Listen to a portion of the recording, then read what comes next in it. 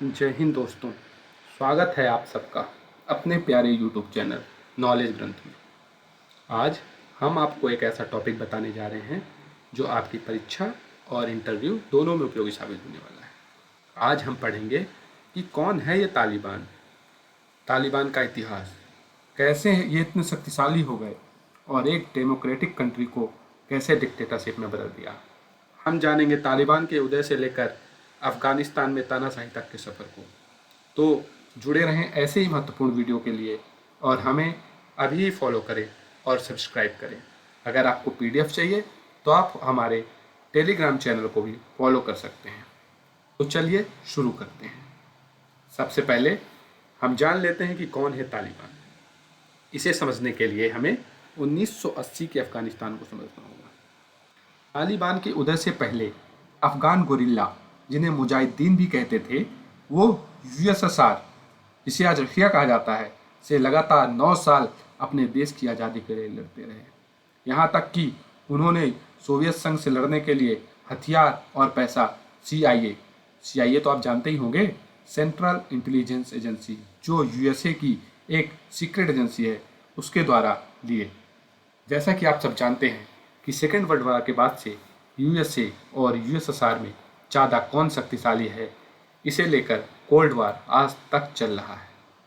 आखिरकार यूएसएसआर को कमज़ोर हो जाने की वजह से अफगानिस्तान को छोड़ना पड़ा, क्योंकि आप सब जानते हैं कि यूएसएसआर उस समय कमज़ोर हो रहा था और फाइनली 1992 में टूट गया और अगले कुछ साल पॉलिटिकल वैक्यूम की वजह से क्योस चलता रहा। सन 1992 में ट्राइबल्स के बीच एक सिविल वॉर भी हुआ और उसके 2 साल बाद सन 1992 में इस मिलिट्री फोर्स को, जो कि एक सिविल ट्राइबल पॉपुलेशन से बनी थी, उन्हें रिकॉग्निशन मिला, जिसे आज हम तालिबान कहते हैं। आशा करता हूं कि आप लोगों को समझ में आ रहा होगा कि तालिबान का उदय कैसे हुआ। तालिबान का लिटरल मीन जो है वो एक पश्तो वर्ड होता है। पश्तो लैंग्वेज जो अफगानिस्तान में बोली जाती है, जिसका मतलब होता है स्टूडेंट। ये एक तलीब वर्ड से बना हुआ है, क्योंकि तालिबान के मेंबर्स अफगानिस्तान के कंजर्वेटिव स्कूल में ही पढ़ा करते थे, या तो वो पाकिस्तान बॉर्डर पे होने वाले स्कूल में पढ़ा करते थे। जो उन्होंने देखा वही उन्होंने सीखा। उनमें से कुछ ने मुजाहिदीन के लिए भी लड़ाई की और उन्हें लगा कि अब वक्त आ गया है, वो अपने देश के लिए कुछ अलग ही प्लान करना चाहते थे। उन्होंने डिसाइड किया कि वे काबुल जाकर अपनी इस्लामिक सोवरेंटी सेटअप करेंगे। वहाँ के परेशान लोगों की मजबूरी का फ़ायदा उठाकर वो कांधार से शहर दर शहर होते हुए काबुल पहुँच गए और लोगों को विश्वास दिलाया कि वो उनके लिए एक सुरक्षित देश बनाएंगे। सन 1996 में तालिबान ने अफ़गान की राजधानी काबुल को अपने कब्जे में कर लिया और वहाँ पे अपने रूल चलाने लगे। उन्होंने वहाँ के लोगों को मूवी देखने, गाना सुनने और महिलाओं को स्कूल जाने, ऑफिस जाने से मना कर दिया। उन्होंने वहाँ के लोगों की पोशाक भी अपने रूल के हिसाब से बना दी और हद तो तब हो गई जब उन्होंने वहाँ के लोगों को बियर्ड रखने के लिए भी एक अपने ही रूल के हिसाब से रूल बनाया। ये वो दिल दहला देने वाला वर्ष 1996 की कुछ तस्वीर हैं, जिसमें काबुल में तालिबान ने पूरी तरह से शासन कर दिया था और अपनी तानाशाही चला रहे थे। और फिर कहते हैं ना कि सबका समय आता है, और ऐसा हुआ। साल 2001, तारीख थी 11 सितंबर। यूएसए में कुछ ऐसा हुआ जिसने इस वर्ल्ड की दिशा और दशा दोनों बदल कर रख दी। ये तस्वीरें तो आप लोगों को याद होंगी। अलकायदा ने वर्ल्ड ट्रेड सेंटर पर एयर टेररिस्ट अटैक किया, जिसमें 3,000 लोगों ने अपनी जान गंवा दी। अब हम जानते हैं कि इस हमले से तालिबान का क्या संबंध था। इस हमले से तालिबान का कोई डायरेक्टली संबंध तो नहीं था, लेकिन इस हमले का मास्टरमाइंड और अलकायदा का चीफ ओसामा बिन लादेन इन दिनों अफगानिस्तान में तालिबान की मदद से छिपा बैठा था। जब अमेरिका ने तालिबान से उसे हैंड ओवर करने की बात कही तो तालिबान सबूत मांगने लगा। बोला कि आपके पास क्या सबूत है कि यह हमला ओसामा बिन लादेन ने किया है।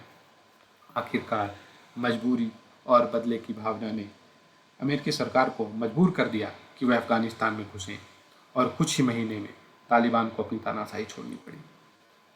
और 3 साल बाद 7 दिसंबर 2004 को हामिद करजई ने एक अफगान गणतंत्र के राष्ट्रपति के रूप में शपथ ली। इस तरह से एक मोनार्कियल स्टेट, रिपब्लिकन स्टेट हुआ। लेकिन तालिबान शांत नहीं बैठा और वह अमेरिकन सोल्जर्स को अपनी सरजमी से भगाने के लिए हर संभव प्रयास करने लगा। वो संघर्ष आज तक चल रहा है, जिसमें करीब 40,000 अफगान सिविलियंस और करीब 64,000 अफगान मिलिट्री एंड पुलिस को अपनी जान गंवानी पड़ी। 3500 अंतर्राष्ट्रीय सैनिक, जिसमें नाटो और यूएसए के मिलिट्री फोर्स थी, उन्होंने भी अपनी जान गंवाई। आज तालिबान इतनी मजबूत स्थिति में कैसे है? क्योंकि उसके पास 45,000 फुल टाइम फाइटर्स और खुद के कई ट्रेनिंग कैंप हैं। अफगानिस्तान का 1/5वां हिस्सा तालिबान के कब्जे में बहुत पहले से है। अब हम बात करेंगे तालिबान के संघीय ढांचे की, कि तालिबान कैसे काम करता है, तालिबान में कौन लोग हैं। तालिबान एक वेल ऑर्गेनाइज्ड टेररिस्ट ऑर्गेनाइजेशन है, जिसका लीडर हैबतुल्लाह अखुंदजादा है। किसी देश की काउंसिल की तरह उसकी खुद की काउंसिल और कमीशंस हैं। तालिबान एक रिपब्लिकन गवर्नमेंट की तरह एक डिक्टेटर पैरेलल गवर्नमेंट चला रहा है। ये आजकल की कुछ दिल दहला देने वाली तस्वीरें हैं जो आप सबने देखी होगी, कि कैसे लोगों को मौत का डर सता रहा है और वो एयरक्राफ्ट के लैंडिंग गियर में घुसकर अमेरिका भाग रहे हैं और ऊपर से गिरकर अपनी जान दे रहे हैं। उन्होंने C-17 ग्लोब मास्टर, जो एयरक्राफ्ट यूएसए एयरफोर्स का ग्लोब मास्टर एयरक्राफ्ट के अंदर मेले जैसी भीड़ जमा कर दी है। ये तस्वीर आपके सामने। यह सब सुनने के बाद आपके दिमाग में एक सवाल तो जरूर आ रहा होगा कि तालिबान के पास इतना कुछ करने के लिए पैसा कहाँ से आता है। According to UN committee report, Taliban every year $1.5 billion revenue कमाता है, जिसमें ओपियम और ड्रग तस्करी एक बहुत बड़ा भाग है। तालिबान हर वर्ष $1 मिलियन सिर्फ माइंस और मिनरल की ट्रेड करके कमाता है। उसका खुद का एक टैक्स कलेक्शन सिस्टम है, जैसा कि एक बड़ा डेवलप्ड कंट्री में होता है, और उन्हें टेररिज्म फैलाने के लिए पाकिस्तान और ईरान भी फंड्स देते हैं। हालांकि पाकिस्तान और ईरान ने इसका साफ तरीके से इनकार किया है, लेकिन मीडिया की कई रिपोर्ट्स हैं जिनसे पता चलता है कि पाकिस्तान और ईरान एक्टिवली इन्वॉल्व हैं। ये कुछ पिक्स हैं जिसमें यूएसए और तालिबान ने कतर की राजधानी दोहा में एक ट्रीटी के तहत शांति वार्ता स्थापित करने की कोशिश की थी। 18 साल बाद एक पीस ट्रीटी हुई थी यूएसए और तालिबान के बीच, लेकिन वो सफल नहीं हुई। आप लोगों के सामने एक क्वेश्चन है, ये है जो आप हमें कमेंट सेक्शन में बताएंगे कि इस पिक में जो दो लीडर हैं, एक लीडर अमेरिका की तरफ से हैं और एक तालिबान की तरफ से, उन दोनों लीडर्स जिन्होंने ट्रीटी साइन की उनका नाम बताना है। अमेरिका के जो लीडर हैं बहुत ही फेमस और बहुत ही इम्पोर्टेंट लीडर हैं। आज की डेट में तालिबान ने अफगानिस्तान पे पूरी तरह कब्जा कर लिया है। वहाँ के राष्ट्रपति को देश छोड़ना पड़ा है और सारे देश की एम्बेसीज भी बंद हो गई हैं। लोगों को इमरजेंसी वीज़ा देकर वापस बुलाया जा रहा है। तालिबान ने अफगानिस्तान का नाम इस्लामिक रिपब्लिक ऑफ अफगानिस्तान से इस्लामिक एमिरेट्स ऑफ अफगानिस्तान कर दिया है। वहाँ का नेशनल फ्लैग चेंज करके तालिबान का नेशनल फ्लैग लगा दिया। आपकी स्क्रीन पर जो दो नेशनल फ्लैग हैं, इसमें लेफ्ट साइड वाला नेशनल फ्लैग जो है वो कभी अफगानिस्तान का नेशनल फ्लैग हुआ करता था, लेकिन आज वाइट कलर वाले तालिबान फ्लैग ने उसकी जगह ले ली है।